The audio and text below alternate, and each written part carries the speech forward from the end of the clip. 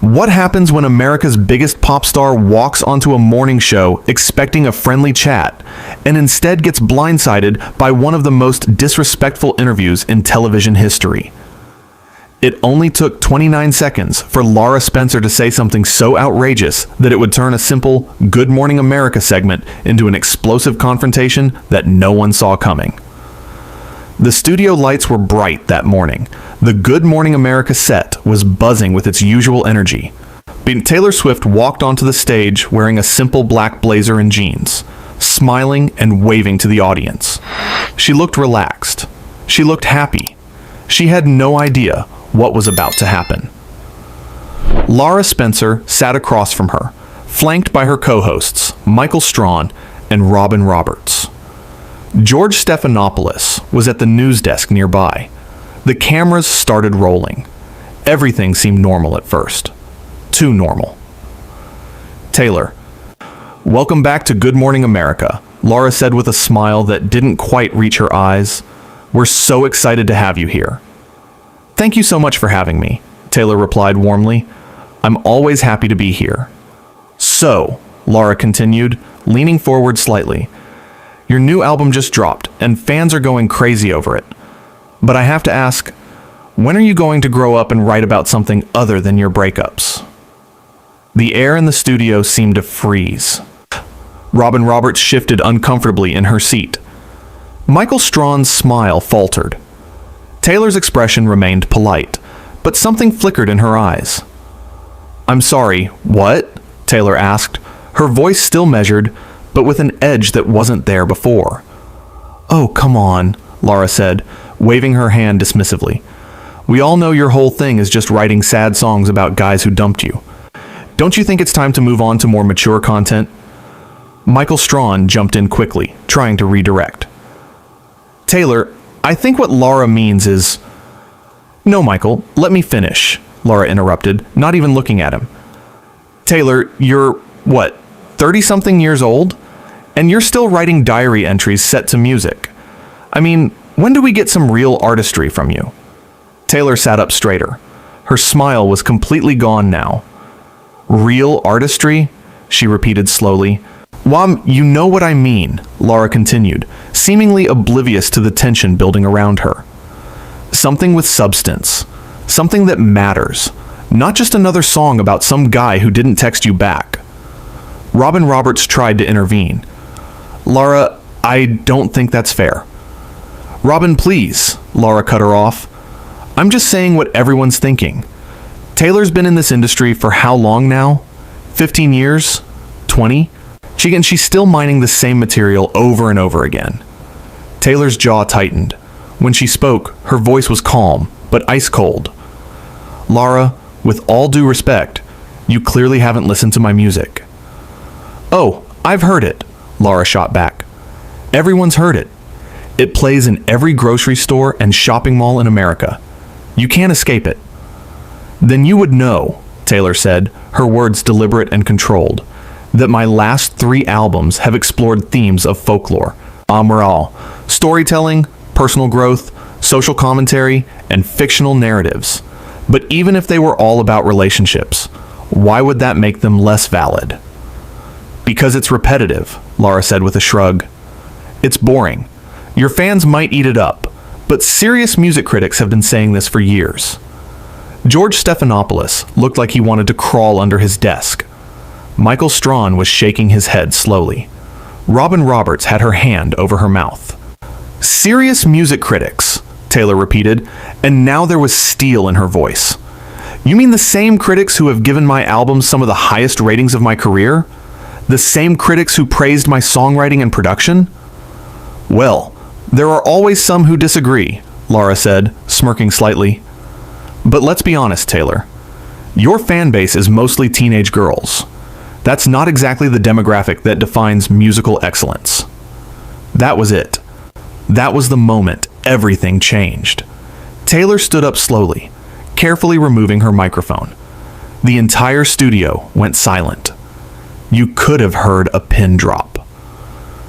I'm sorry, Taylor said, her voice shaking slightly, not with fear, but with controlled anger. Did you just dismiss teenage girls as if their opinions don't matter? Lara blinked, seeming to realize for the first time that she might have gone too far. I didn't mean... No, please. Finish your thought, Taylor interrupted. You were saying that because my fans are mostly young women, their taste in music is somehow less important. Is that right? Taylor, that's not what I said, Lara tried to backtrack. That's exactly what you said, Taylor countered. You just sat there and insulted not only my work, but millions of young women who support me. Women who see themselves in my music. Women who have every right to decide what matters to them.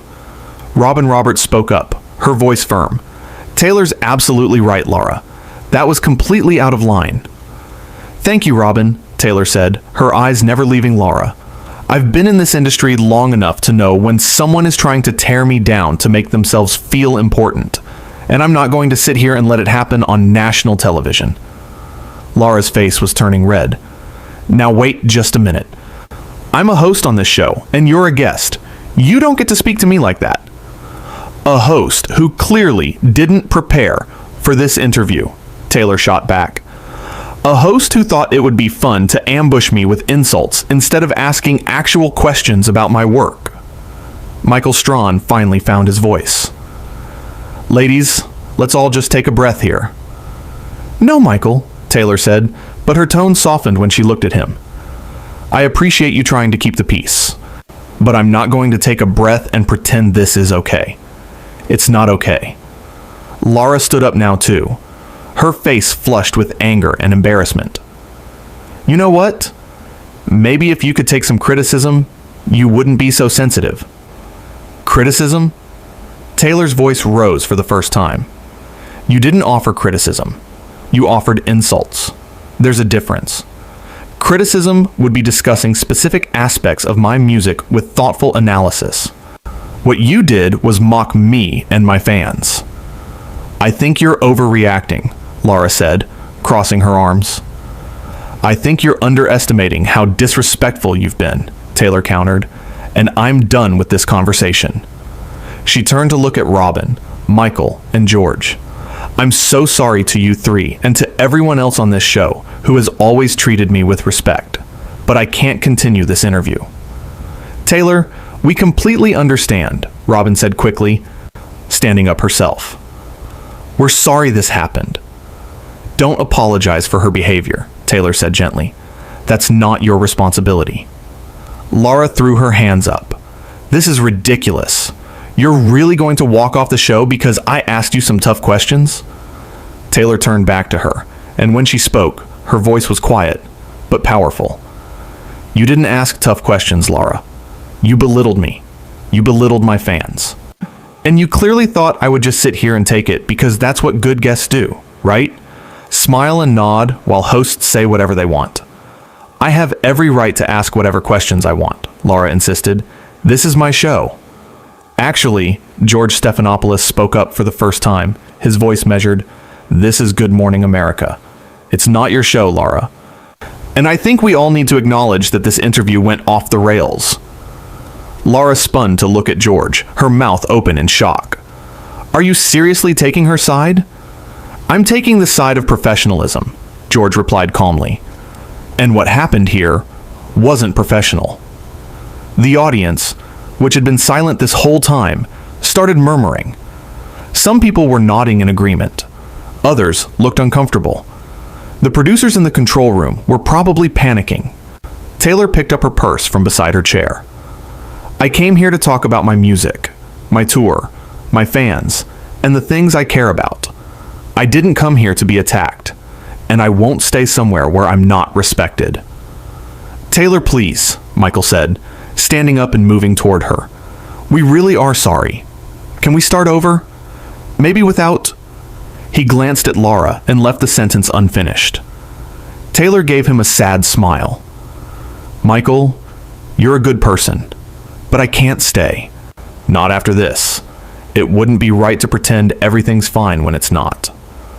You're being a diva, Lara said suddenly, her voice sharp. You know that, right? You're acting like a spoiled celebrity who can't handle a little pushback. The gasps from the audience were audible now. Robin Roberts looked horrified. Michael Strawn closed his eyes like he couldn't believe what he was hearing.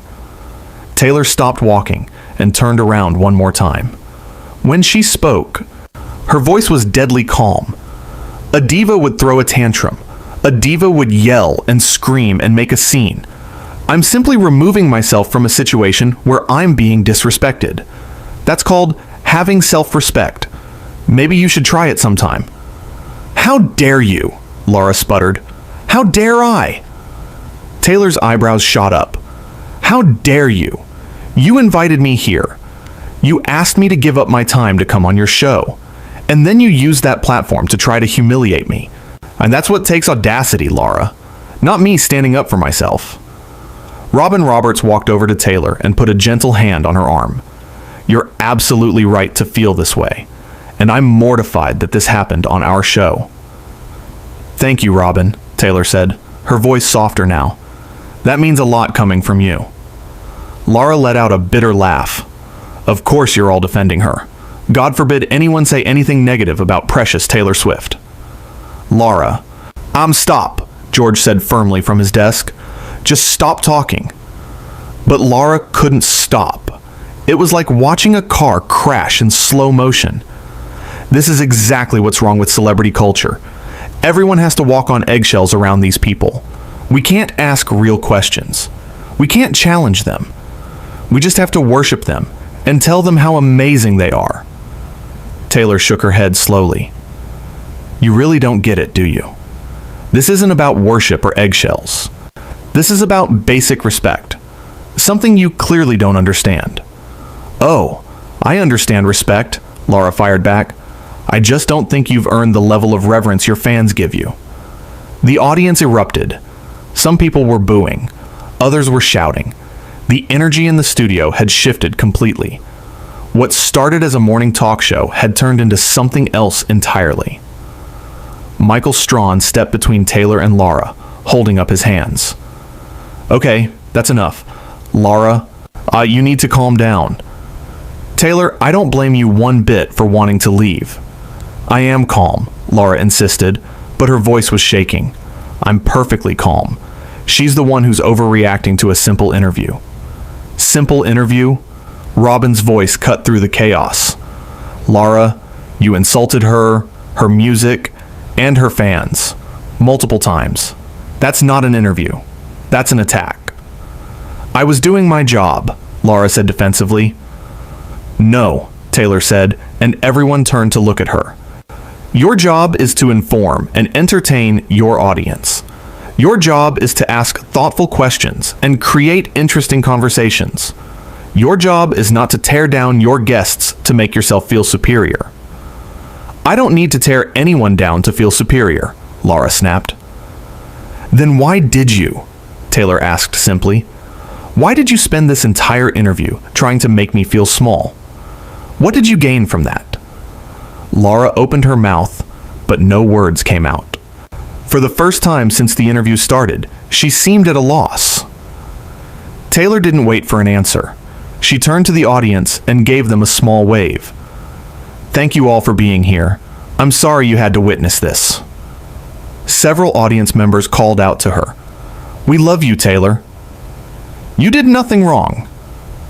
Don't let her get to you. Taylor smiled, a real smile this time, and blew them a kiss.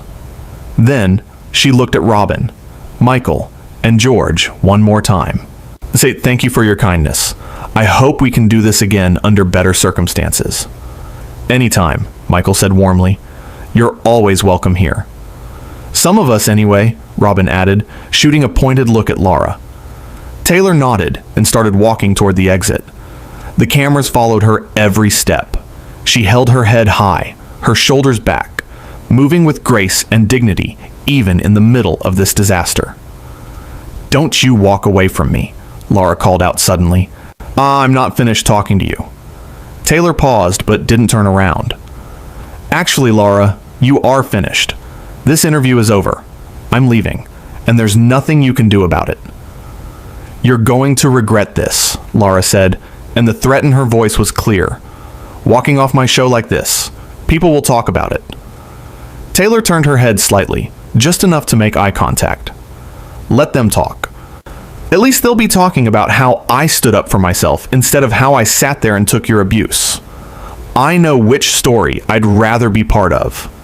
And with that, she walked through the studio doors and was gone. The set erupted into chaos. Producers were running around. Cameras didn't know where to point. The audience was buzzing with conversation. Lara stood frozen, her face a mixture of anger, embarrassment, and something that might have been regret. Robin Roberts removed her microphone and stood up. "I need a break," she announced to no one in particular, and walked off set. Michael Strawn followed her, shaking his head in disbelief. George Stephanopoulos looked directly into the camera.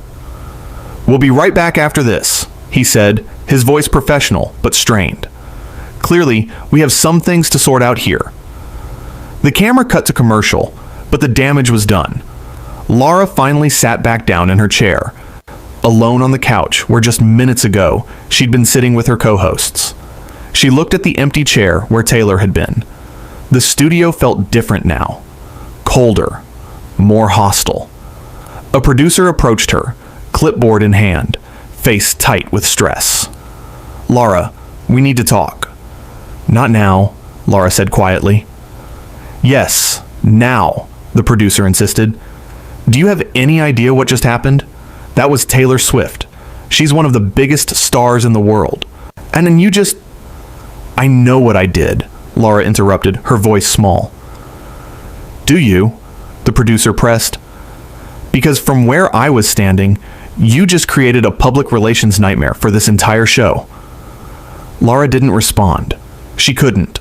Because deep down, she knew the producer was right. The audience was still talking among themselves, sharing their reactions, pulling out their phones. In the age of social media, this moment would be everywhere within minutes. Everyone would see what happened. Everyone would have an opinion. And Lara Spencer would be at the center of it all, but not in the way she'd wanted. When the cameras came back on after commercial, Robin and Michael had returned to the set, but they looked different. Stiff, uncomfortable. The easy chemistry that usually characterized Good Morning America was completely gone. George spoke first. "We want to acknowledge what just happened here. Our guest Taylor Swift left the show during what became a very contentious interview. We apologize to Taylor and to our viewers for how that segment unfolded." Lara sat silently, her face pale. "We pride ourselves on creating a welcoming environment for all our guests," Robin added, her voice firm. "And we fell short of that today. We're sorry." Michael nodded in agreement. "We have tremendous respect for Taylor Swift as an artist and as a person. She deserved better than what she got here this morning." Lara finally spoke, her voice barely above a whisper. "I was just trying to ask challenging questions." Robin turned to look at her, and the disappointment in her eyes was evident. "There's a difference between challenging and cruel, Lara. You crossed a line." The rest of the show continued, but the energy never recovered. Every segment felt forced. Every smile felt fake. The viewers at home could feel it. The audience in the studio could feel it. Everyone knew something had fundamentally changed. Taylor Swift's exit from Good Morning America wasn't just a celebrity walking off a talk show. It was a statement. It was a moment where someone said, "Enough is enough." Where someone chose dignity over compliance. Where someone showed that respect is not optional, no matter who you are or what platform you're on. And Lara Spencer, who thought she could bully a guest into submission, learned a hard lesson about consequences. About how treating people badly in front of millions of viewers doesn't make you look tough or edgy. It makes you look small. The thing about moments like these is they reveal character. They show who people really are when the pressure is on. And in this case, the contrast couldn't have been clearer. Taylor Swift walked out with grace, strength, and self-respect intact. She didn't yell. She didn't curse. She didn't stoop to Lara's level. She simply stated her boundaries and left. That's real power. Lara, on the other hand, revealed something else entirely. She revealed someone so insecure in her own position that she felt the need to diminish someone else. Someone so caught up in performing toughness that she forgot about basic human decency. Someone who confused cruelty with journalism. As the show finally came to an end, the co-hosts said their goodbyes to the camera with none of their usual warmth. The credits rolled. The audience filed out, still buzzing about what they'd witnessed. Backstage, Taylor Swift was probably long gone, already on her way to wherever she needed to be next. But her presence still lingered in that studio. Her words still echoed in the minds of everyone who'd been there. I won't stay somewhere where I'm not respected. 7 words that summed up everything. 7 words that should be simple and obvious, but somehow still need to be said. 7 words that resonated with everyone who's ever been in a situation where they were treated poorly and wish they'd had the courage to walk away. Lara Spencer started that morning thinking she was going to have a fun interview with a pop star. Maybe get some clicks with some controversial questions. Maybe shake things up a little and show everyone how tough she could be. Instead, she ended it having learned one of the most important lessons in broadcasting, maybe in life. You can't build yourself up by tearing others down. You can't earn respect by showing disrespect. And you can't expect people to sit quietly while you insult them, no matter how famous you are or what platform you're on. The interview that was supposed to last 20 minutes ended in chaos in less than half that time, but the impact would last much longer. The conversations it sparked, the think pieces it would generate, the discussions about respect and professionalism in media, all of that was just beginning. Because sometimes it takes a dramatic moment to make people pay attention. Sometimes it takes someone walking out to make everyone else wake up and realize that what they're watching isn't entertainment. It's mistreatment. And maybe, just maybe, that's why Taylor Swift's exit from Good Morning America mattered so much. Not because a celebrity got angry and left, but because someone stood up and said, "This isn't okay." Someone drew a line. Someone showed that there are consequences for treating people badly, even on live television. Maybe especially on live television. The cameras eventually shut off. The lights dimmed. The studio emptied. But the moment lived on, captured forever. A reminder that respect isn't given. It's required. And those who forget that do so at their own peril. In the hallway outside the studio, Taylor Swift stopped for a moment.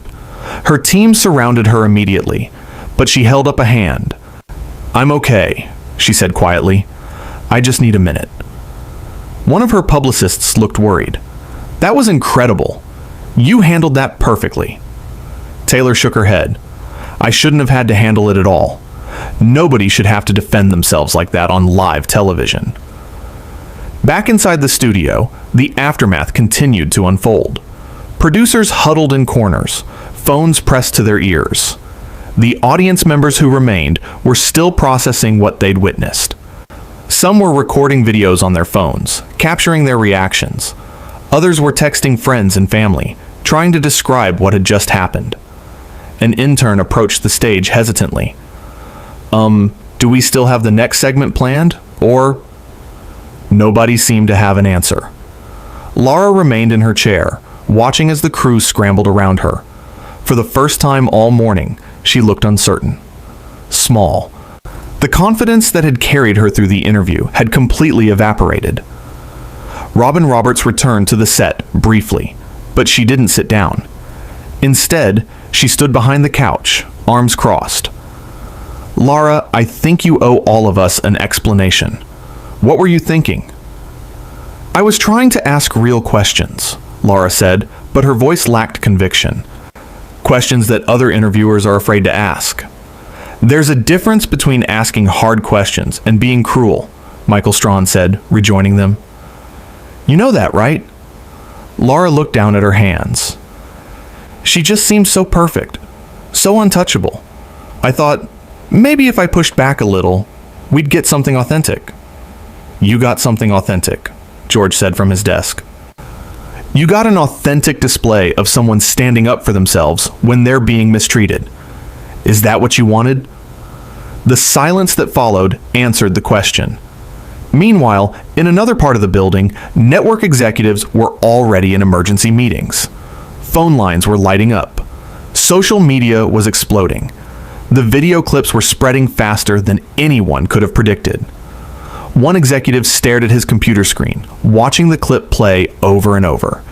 And Taylor standing up, removing her microphone, the look on her face, the power in her voice, the grace with which she walked away. This is either going to destroy us or make us confront some serious issues, he muttered to his colleague. Or both, the colleague replied. Back on set, the show was trying to continue, but it was like performing surgery on a patient who had already flatlined. Every segment felt hollow. Every smile felt forced. The hosts were going through the motions, but their hearts weren't in it. During a commercial break, Robin pulled Lara aside. You need to think very carefully about what happens next. This isn't going away. You can't just move on like nothing happened. What do you want me to do? Lara asked, and there was a hint of defensiveness in her voice. Grovel? Apologize? I want you to understand what you did wrong, Robin said firmly. Because right now, I'm not sure you do. Michael joined them, his expression serious. Lara, I've known you for years. I've never seen you treat a guest like that. What happened? Lara opened her mouth to respond, then closed it again. What could she say? That she'd wanted to be provocative? That she'd thought it would make for good television? That somewhere along the way, she'd confused controversy with content? I don't know, she finally admitted, and for the first time, she sounded genuinely lost. The truth was starting to sink in, not just for Lara, but for everyone involved. This wasn't just an awkward interview that would be forgotten by tomorrow. This was a defining moment. The kind of moment that people would remember. The kind of moment that would be studied in journalism classes as an example of what not to do. In her dressing room, Taylor Swift sat quietly, processing everything that had happened. Her phone was blowing up with messages of support. Fellow artists, friends, fans who had somehow already seen clips of the interview. Everyone telling her she did the right thing, but she didn't feel triumphant. She felt sad. Sad that it had come to that. Sad that she'd had to walk away. Sad that in 2026, women were still being dismissed and belittled for doing work that millions of people loved. You okay? Her manager asked gently. Taylor nodded. Yeah, I'm okay. I just wish it hadn't happened at all. You were amazing in there, her manager said. The way you stood up for yourself, and for your fans, for young women everywhere, that mattered. I hope so, Taylor said quietly. I really hope so. As the day wore on, the story continued to grow. News outlets picked it up. Entertainment shows scrambled to cover it. Social media was divided, but the overwhelming majority supported Taylor's decision to leave. The phrase, "I won't stay somewhere where I'm not respected," became a rallying cry. It resonated with people who had been in similar situations, who had wanted to stand up for themselves but didn't know how. Lara Spencer went home that night to an empty apartment. She sat on her couch, staring at nothing. Her phone kept buzzing with notifications, but she couldn't bring herself to look at them. She kept replaying the interview in her mind. The look on Taylor's face when she stood up, the disappointment in Robin's eyes, the way Michael had shaken his head. She'd thought she was being bold, challenging, unafraid to ask tough questions. But watching it back in her memory, she could see it differently now. She could see the cruelty, the dismissiveness. The realization made her feel sick. 29 seconds. That's all it took for Lara Spencer to say something so offensive that it set off a chain reaction she couldn't control.